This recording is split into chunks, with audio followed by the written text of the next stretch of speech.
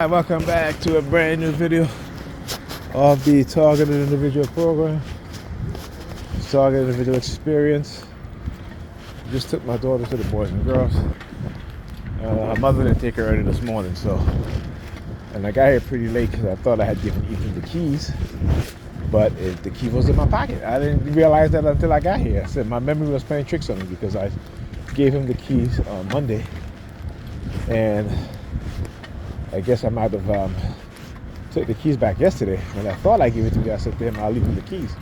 But I didn't. So I'm remembering giving him the keys from a whole 2 days ago, right? So again, how your memory play tricks on you.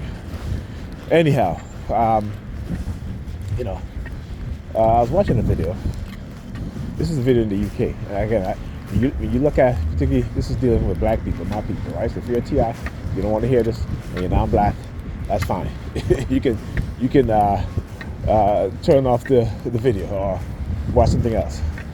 But anyhow, so there was this rapper, I guess a rapper in the UK, black guy, and he invited fathers because he did a song about his daughter, celebrating his daughter, and he invited black fathers to bring their daughters. And these black women in the UK are upset. They're upset because in the video you have a wide range of children who are from dark color to light colors, right? Good representation, that's what I think. And they're up in arms about the number of light-skinned children in the video and blah blah blah. And they're upset about it, right? Talking about colorism.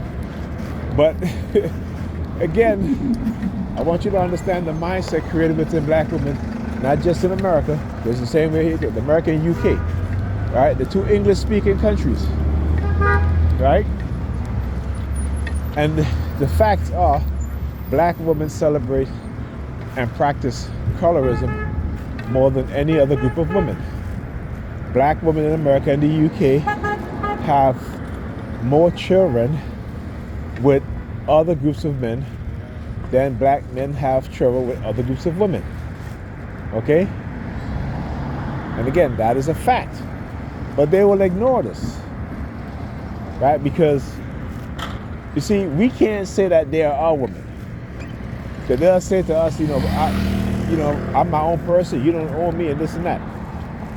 But when it comes to them believing that they own us, they most certainly do.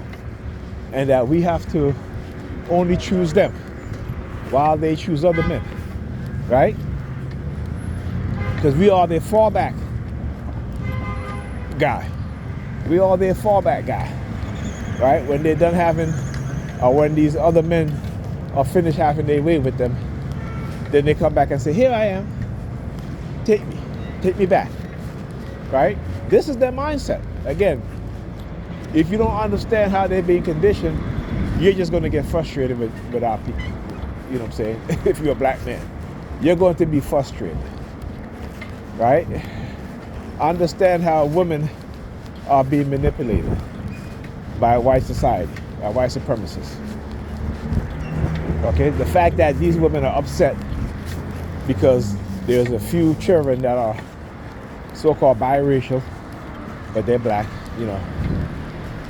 And that's because, like I said, we have a colonized minds of our people. And listen, it's okay to date whoever you want to date. I'm not telling black men and black women they shouldn't date outside their ethnic group.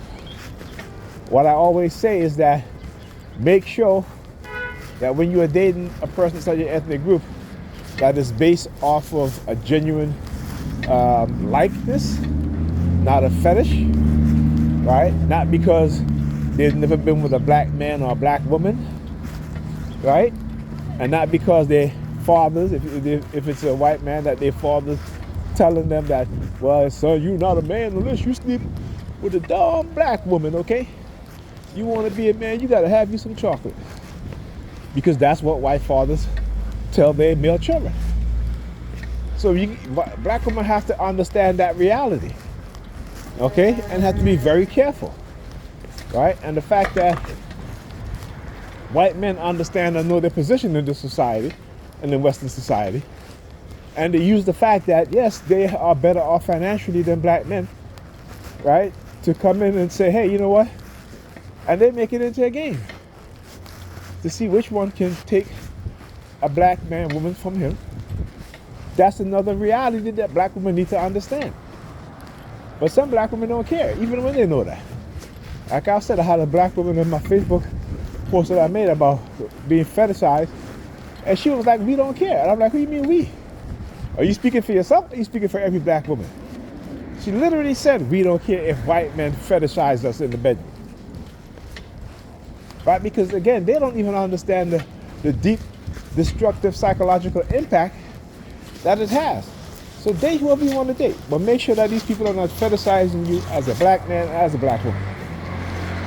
Like I said, now if you've been married for 20-something years, you know, then I know it's love, right? I know that's love because eventually they're gonna have to love you to marry you for that long, to put up whatever nonsense you're putting up, that you dish out, and you put up whatever nonsense they're dishing out.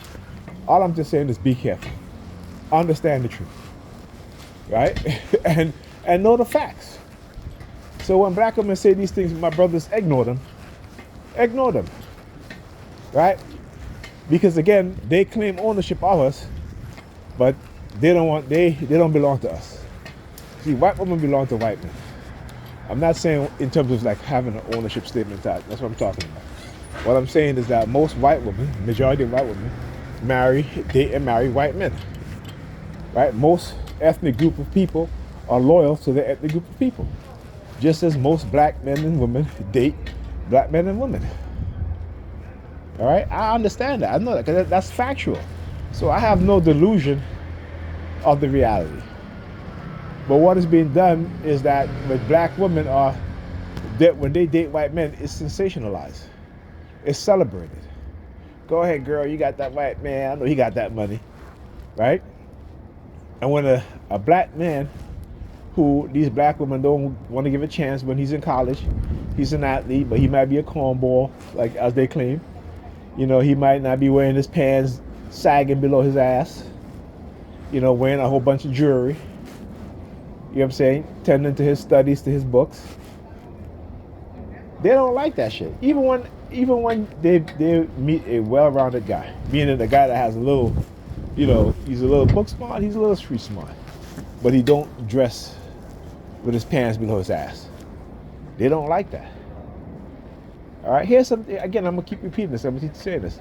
Here's something that you guys should understand, particularly if you're a black teenager, you're a black college student.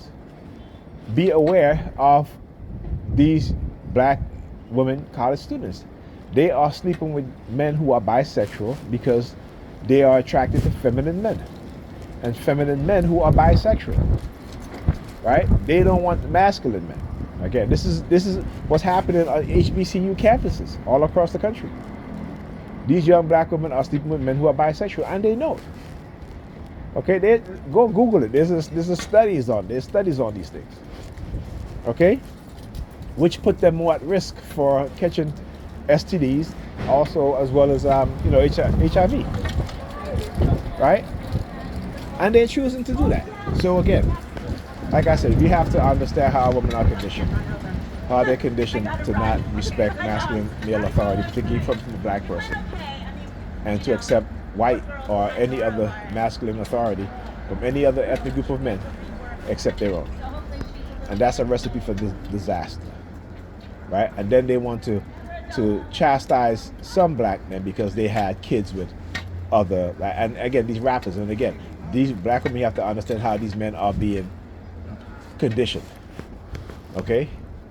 That they see dating lighter skinned women as you see dating lighter skinned men as beneficial to you, and it brings attention to you. But for black men, when they date lighter skinned women, they understand that it opens up an opportunity for them in, corporate America or whatever. How you doing? All right, that they use it as an opportunity to excel in terms of finance and in terms of social status. You use dating light skinned men because it brings you attention. It may not bring you any sort of benefit outside of, as you claim, having light-skinned kids. I've literally, throughout my entire life, I've heard young black women say they want to date light-skinned brothers because they make pretty babies with them. Okay? I've heard it many times. All right?